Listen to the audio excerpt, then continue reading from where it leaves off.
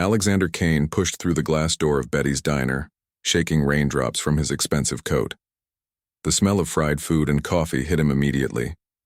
He checked his watch and frowned. His flight to San Francisco left in 2 hours. But the storm had closed the main highway. This little place near downtown Detroit was his only option for food. The diner looked like it hadn't changed since the 1980s.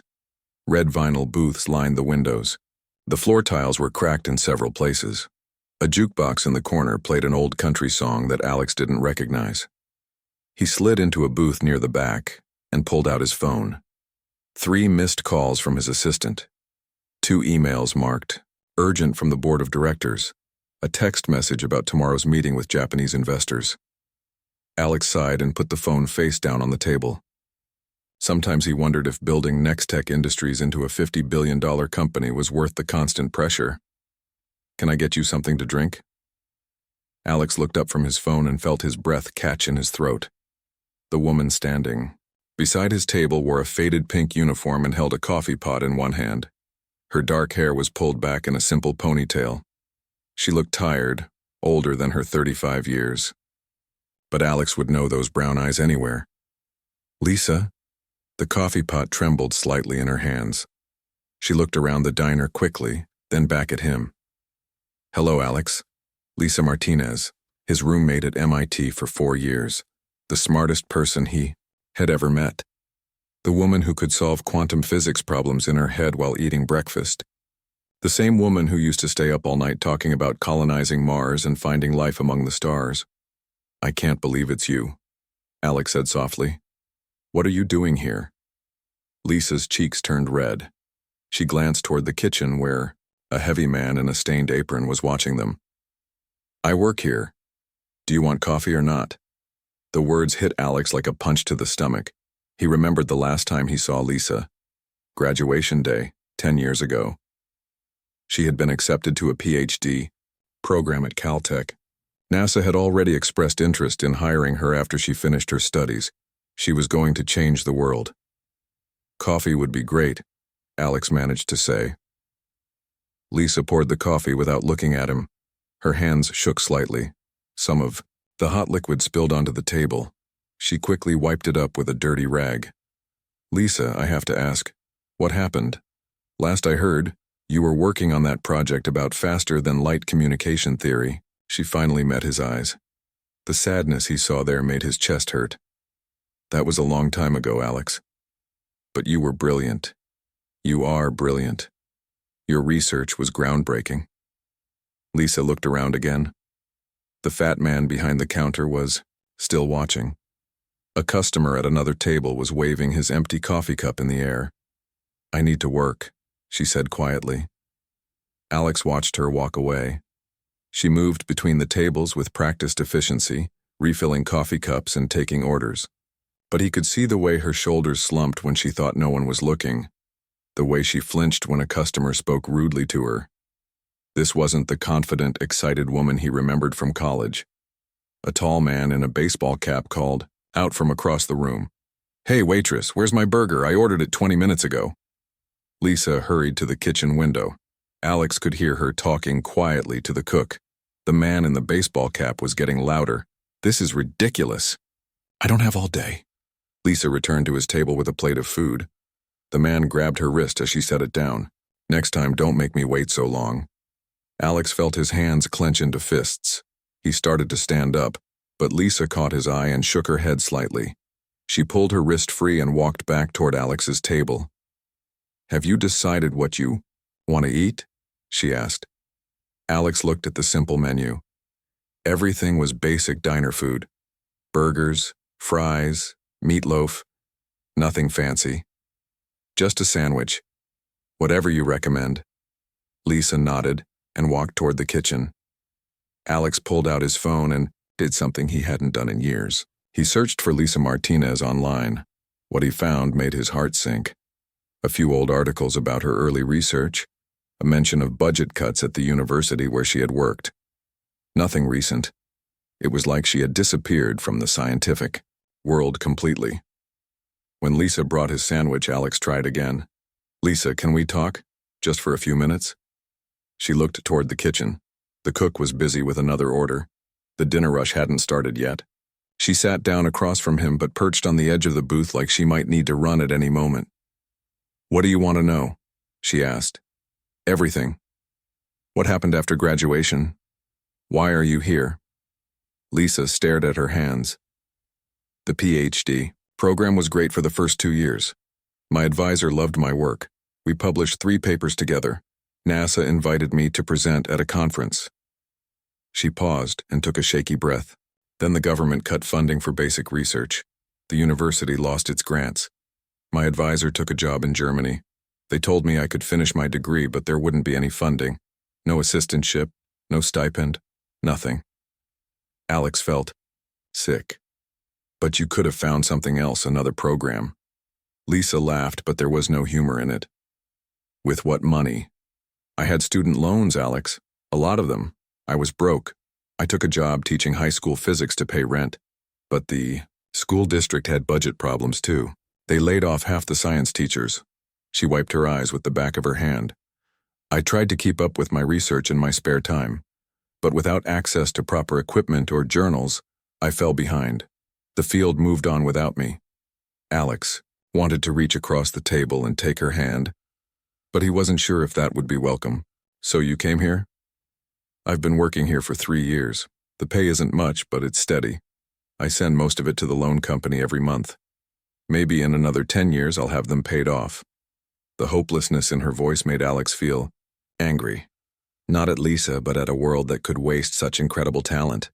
Here was a woman who could have unlocked the secrets of the universe, serving coffee to people who didn't even know her name. "Lisa, I'm sorry. I had no idea." She shrugged. "It's not your fault. You did what you were supposed to do. You built something amazing.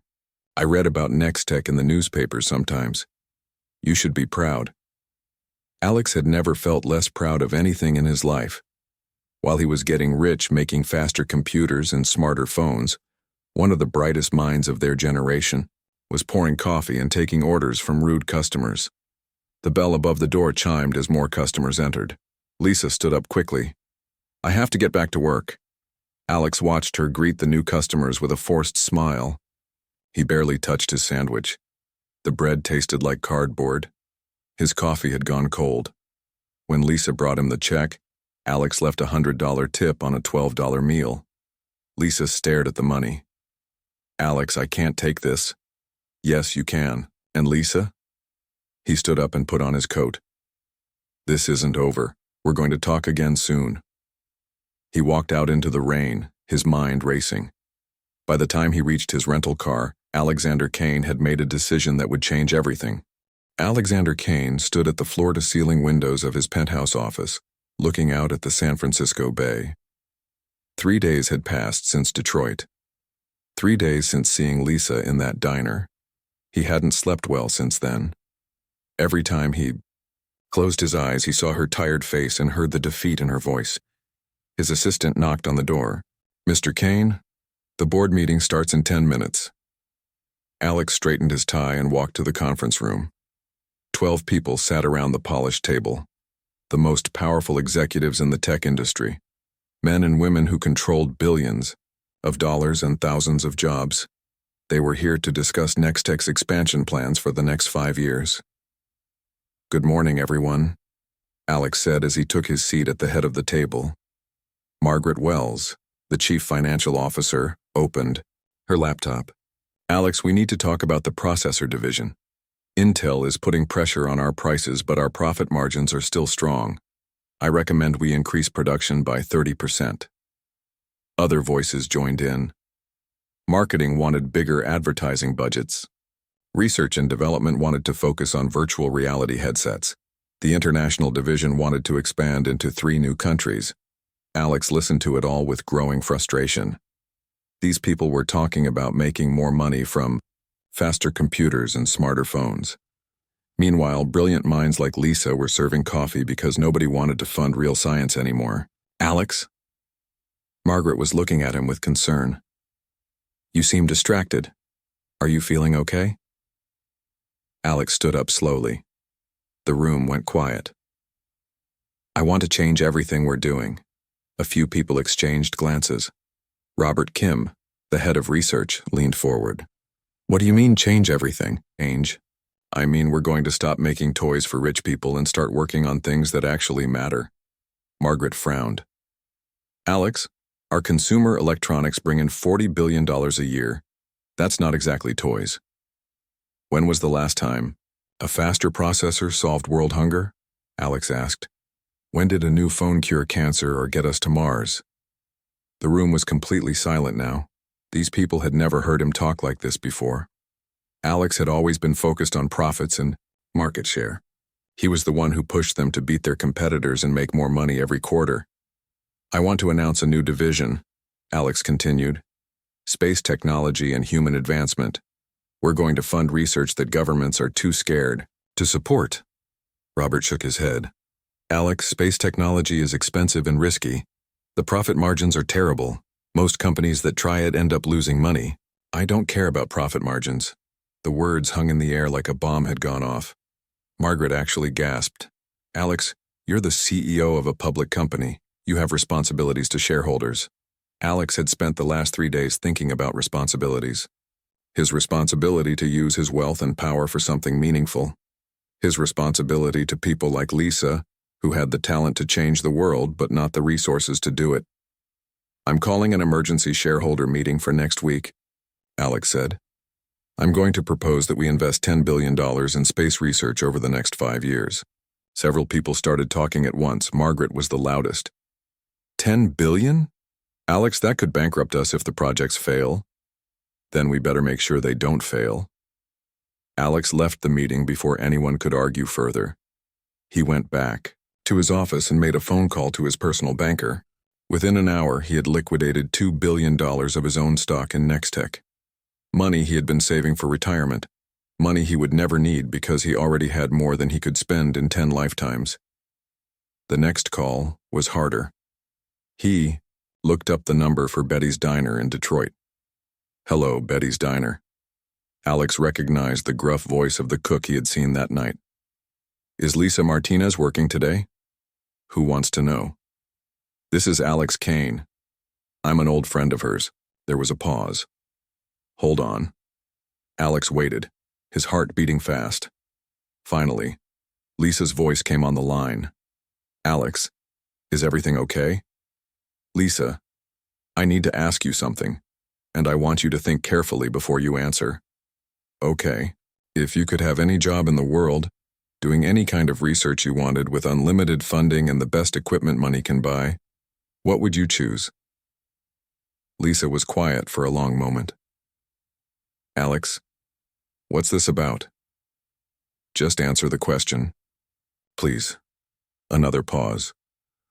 I used to dream about faster-than-light communication, quantum entanglement theory, the idea that we could send messages instantly across space no matter how far apart we were. But that's impossible. The math doesn't work. Alex smiled for the first time in days.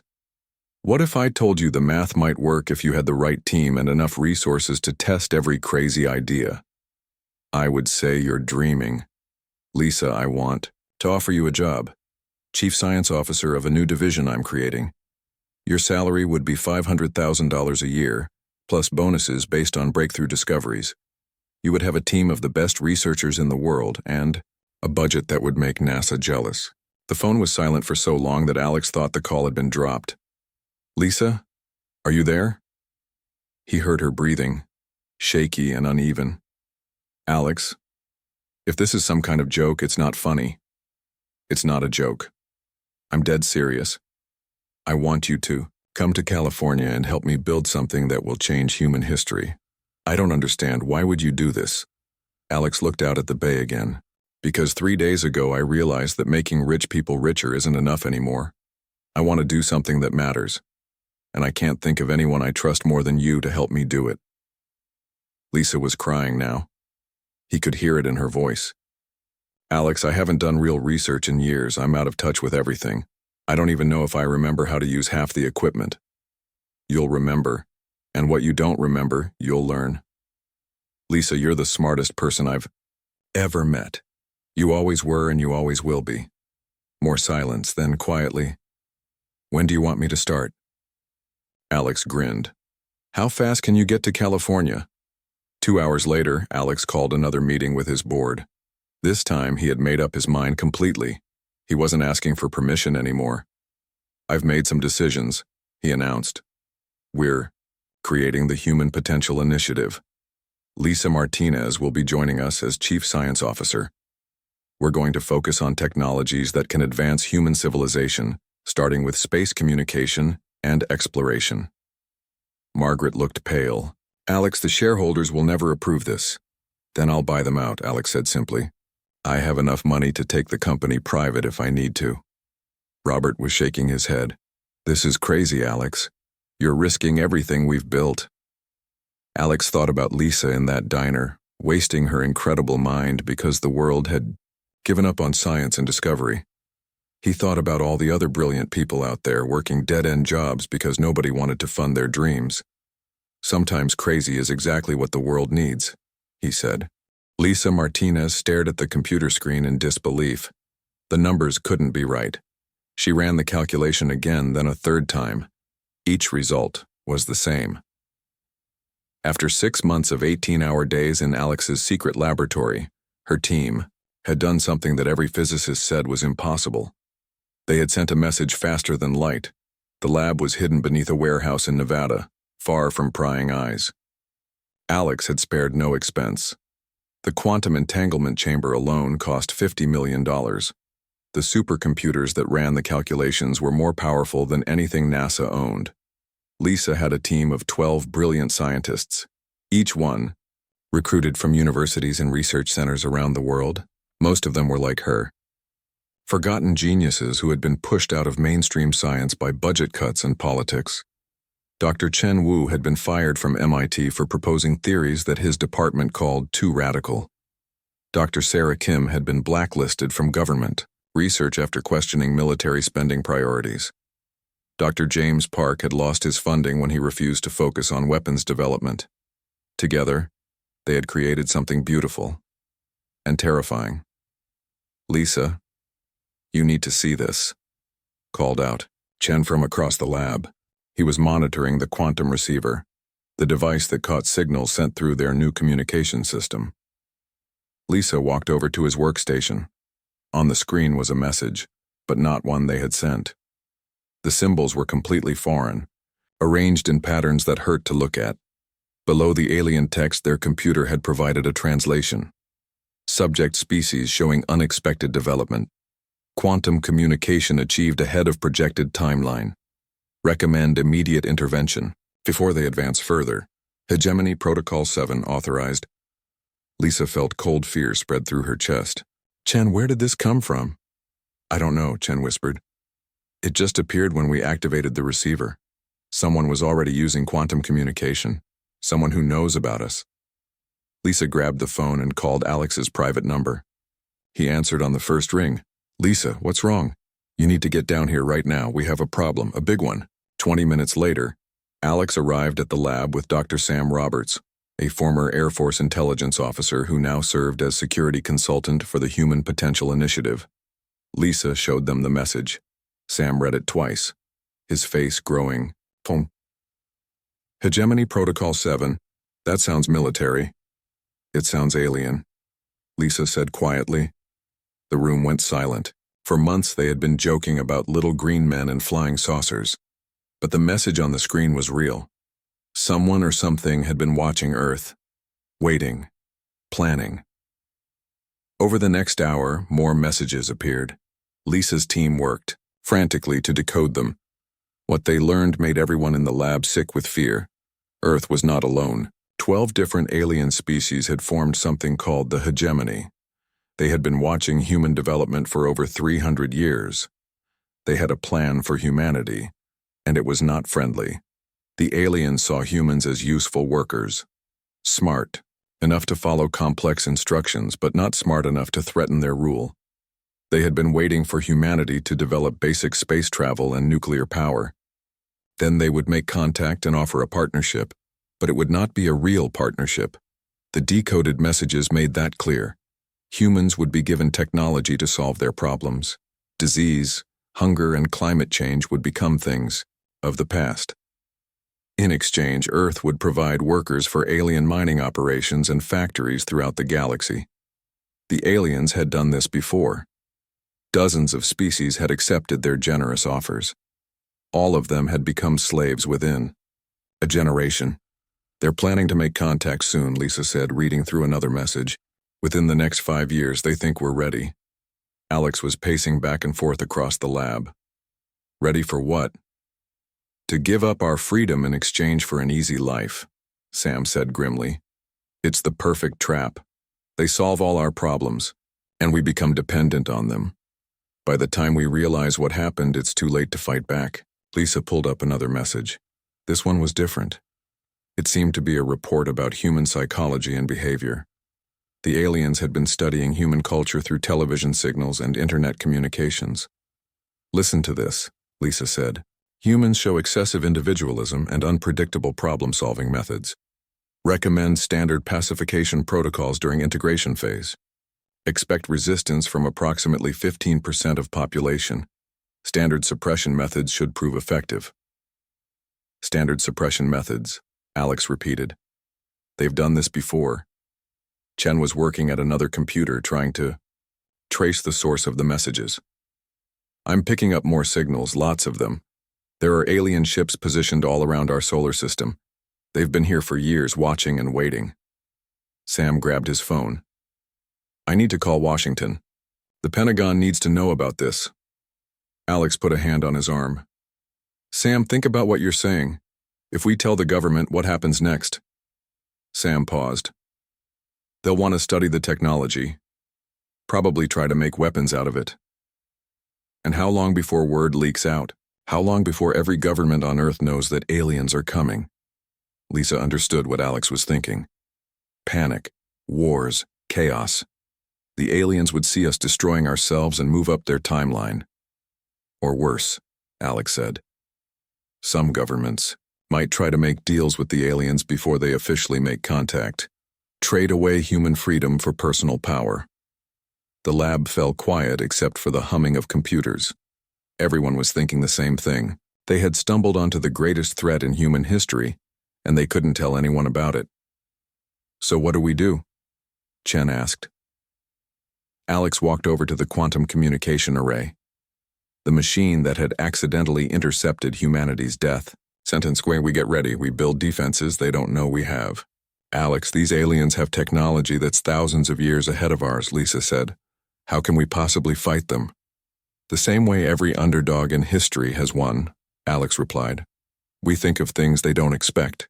We use their assumptions against them. Sam was reading through more intercepted messages.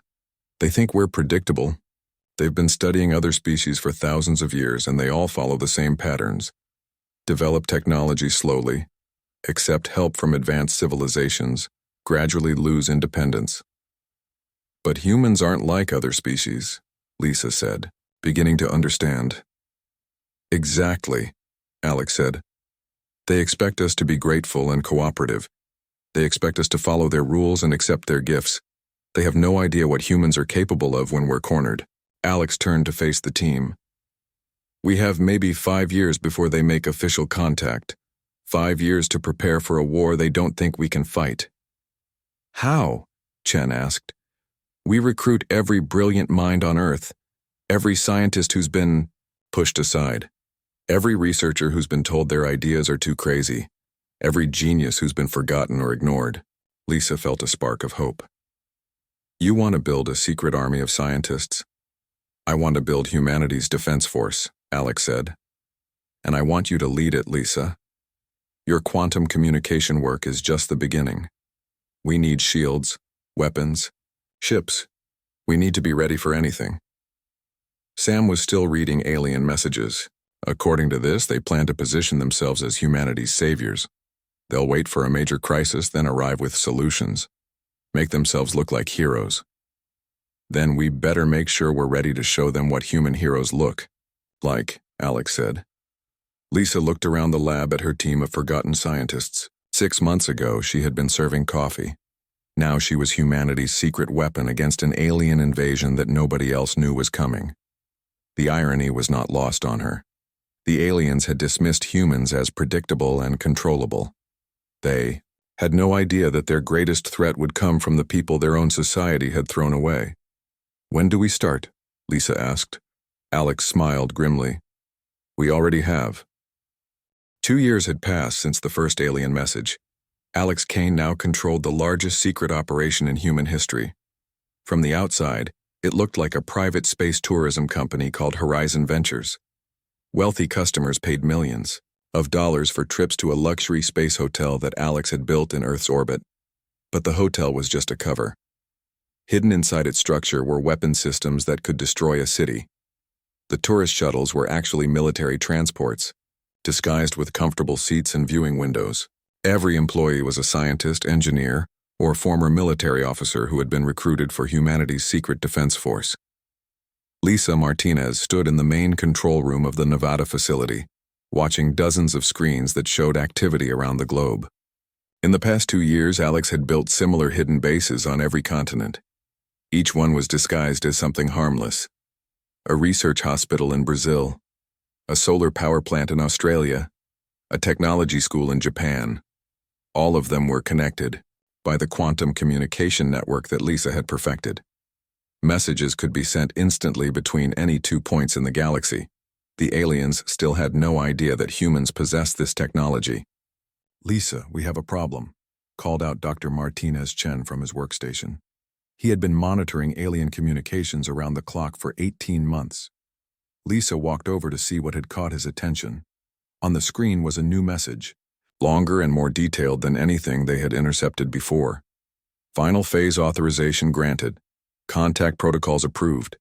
Advanced teams will establish diplomatic relations with major Earth governments within 60 days. Standard integration. Procedures to begin immediately after first contact." Lisa felt her heart racing. 60 days, they're really going to do it. The control room erupted with activity. Scientists and technicians began sending urgent messages to Alex and the other base commanders. After 2 years of preparation, the moment they had all been dreading was finally here.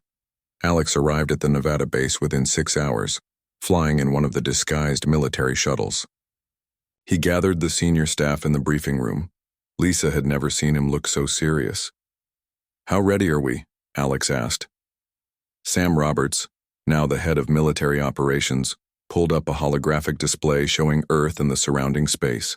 Green dots marked human defensive positions. Red dots showed known alien ship locations. "We have 47 operational bases around the world," Sam reported.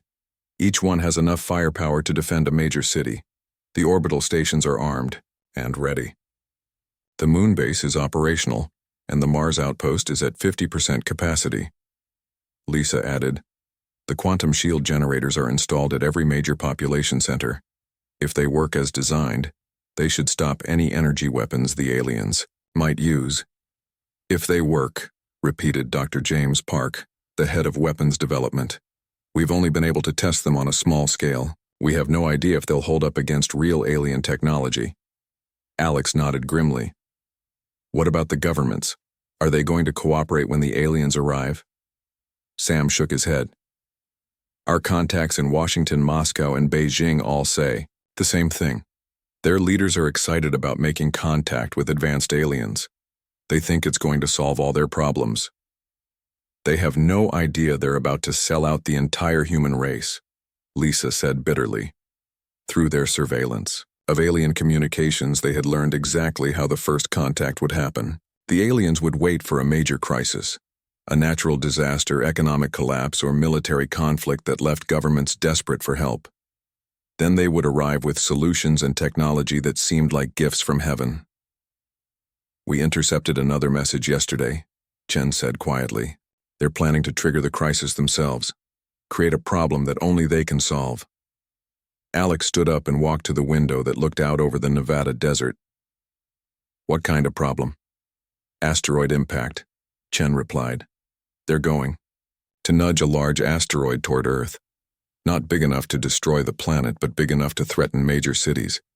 Then they'll arrive just in time to deflect it and save millions of lives." The room fell silent. It was the perfect plan. Humanity would be so grateful for being saved that they would welcome their saviors with open arms.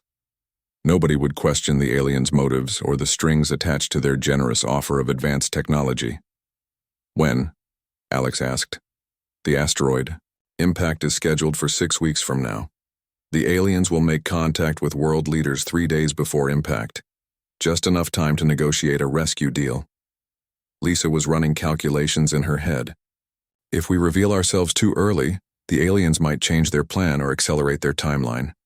If we wait too long, people might die in the asteroid impact.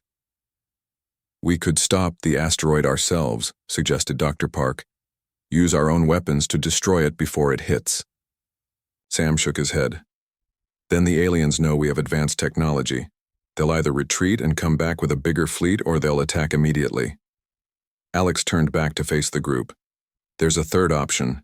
We let the aliens carry out their plan. Let them save Earth from the asteroid and make contact with the governments. Let them start their integration process. Everyone stared at him. Lisa felt confused and betrayed. Alex, you can't be serious. You want to let them enslave humanity? I want them to think they're enslaving humanity, Alex replied. While they're busy setting up their puppet governments and distribution centers for their advanced technology, we'll be preparing for the real fight. Sam was beginning to understand. You want to let them think they've won? Exactly. They expect us to resist at first, then gradually accept their rule as we become dependent on their technology. That's what every other species has done. But what they don't expect is for the resistance to grow stronger over time instead of weaker. Lisa was still uncertain. But Alex, once they have control of the governments, they'll have control of the military, the police, everything. They'll have control of the official military, Alex corrected. But we'll have something they've never encountered before. A completely hidden resistance made up of the smartest people on Earth, armed with technology they don't know exists. Dr. Chen was nodding slowly. It's like a virus. They'll think they've sterilized the patient, but we'll be spreading through their system, growing stronger. The question is, Sam said, can we maintain operational security? Can we keep thousands of people hidden while the aliens are actively looking for threats? Alex smiled for the first time in weeks. Sam, these aliens have been studying human behavior for 300 years. They know exactly what to expect from us. Panic, confusion, gradual acceptance, and eventual cooperation. But they don't know about the people society has thrown away, Lisa said, finally understanding the plan. The forgotten scientists, the rejected researchers, the brilliant minds that mainstream society has ignored. Exactly, Alex said. Every person in this organization has been underestimated by someone, told they weren't good enough, smart enough, or practical enough. The aliens are about to make the same mistake. Lisa looked around the room at the faces of her colleagues. Dr. Chen, fired from MIT for thinking too far outside the box. Dr. Kim, blacklisted for asking uncomfortable questions. Dr. Park, rejected by the military for refusing to build better weapons for killing humans. All of them had been cast aside by a society that valued conformity over innovation. Now they were humanity's secret weapon against an enemy that thought it understood everything about human nature. How long do we wait? Lisa asked. 6 months, Alex replied. Long enough for the aliens to think they've won. Long enough for them to get comfortable and careless. Then we show them what happens when you underestimate the human spirit. Sam was already planning.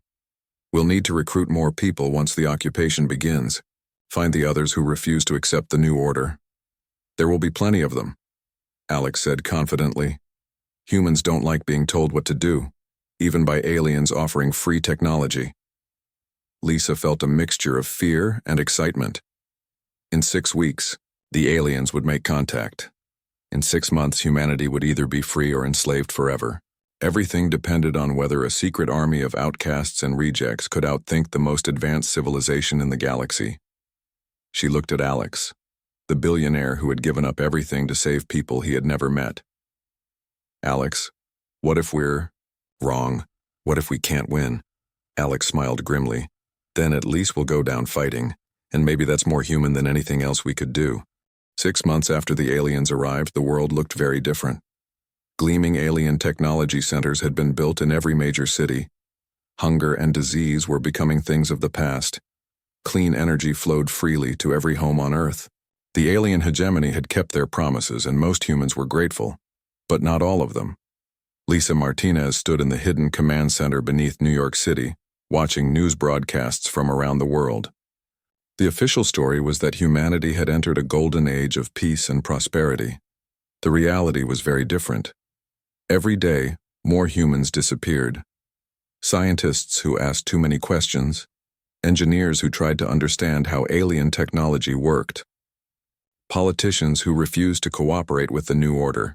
They were taken away for re-education and came back as hollow-eyed shadows of their former selves. "Lisa, it's time," Alex said from behind her. She turned to see him standing with the command staff, Dr. Chen, Dr. Kim, Dr. Park, and Sam Roberts, the core group that had been planning this moment for over 2 years. Alex walked to the center of the room where a special communication device waited. It was connected to every human settlement in the solar system and every alien ship within 100 light years. When he activated it, everyone would hear his message. "Are you ready?" Alex asked. Lisa nodded. Around the world, similar scenes were playing out in dozens of hidden bases. Thousands of brilliant minds who had been dismissed and forgotten were about to show the galaxy what humans were really capable of. Alex pressed the activation button. Every television, radio, and communication device on Earth came to life with his voice. At the same time, the message went out through quantum communication to alien ships throughout the region.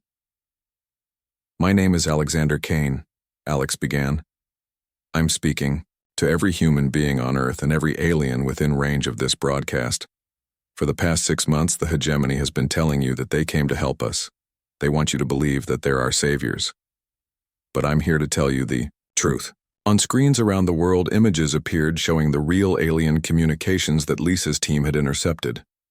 Messages about enslaving humanity, plans for using Earth as a source of cheap labor, discussions about suppressing human creativity and independence.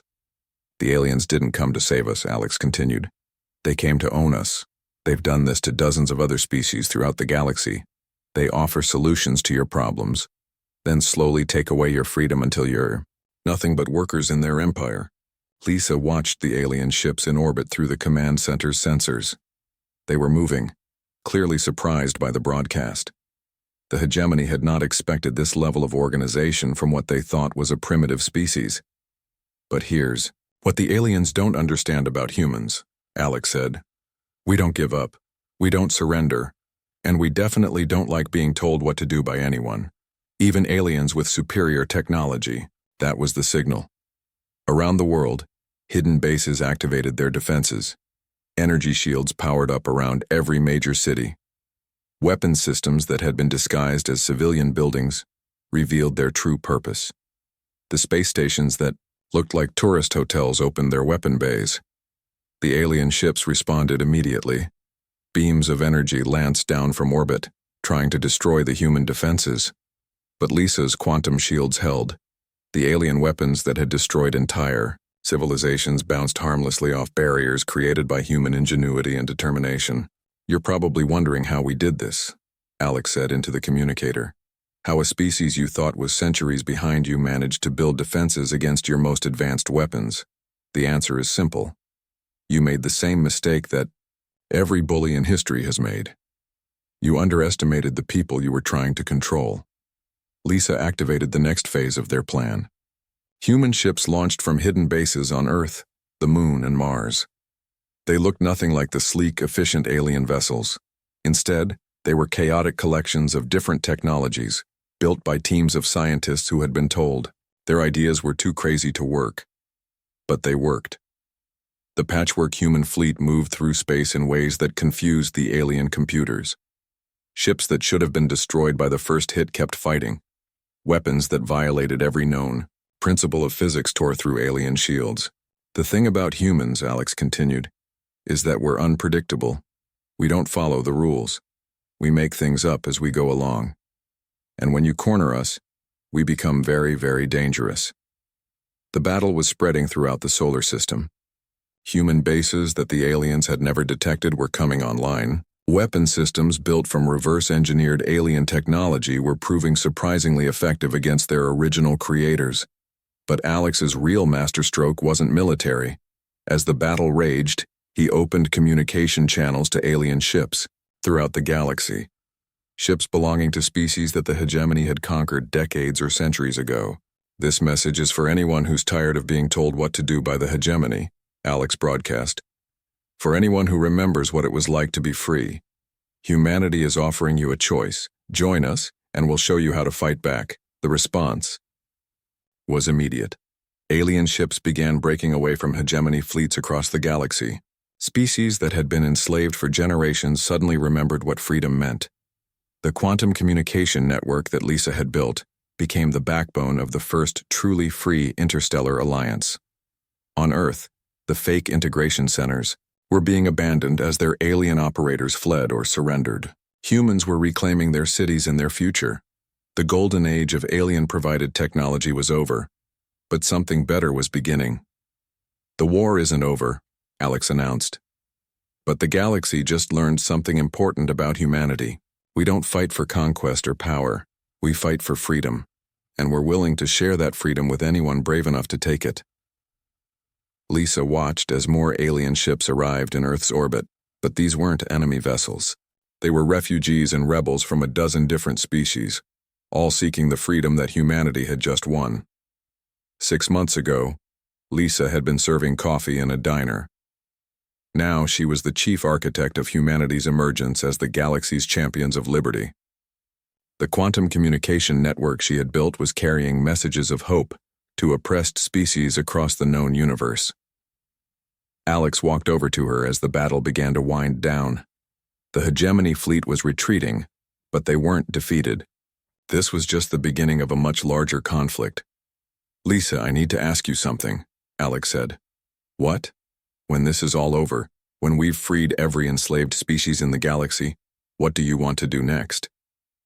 Lisa looked out at the stars, now filled with ships from dozens of worlds all united in the cause of freedom. She thought about the brilliant minds on Earth who had been forgotten and dismissed, now leading the greatest revolution in galactic history. "I want to keep exploring," she said. "I want to find out what else is possible when you don't accept that something can't be done." Alex smiled. "That sounds very human." Outside, the first ships from liberated worlds were landing on Earth. Their crews were eager to meet the species that had shown them how to fight back against tyranny. The age of the hegemony was ending, and the age of human influence was just beginning. But it had all started with a simple act of kindness. A billionaire who saw his friend struggling and decided to help. Sometimes the smallest gestures create the biggest changes, and sometimes the people the world has forgotten are exactly the ones who change everything.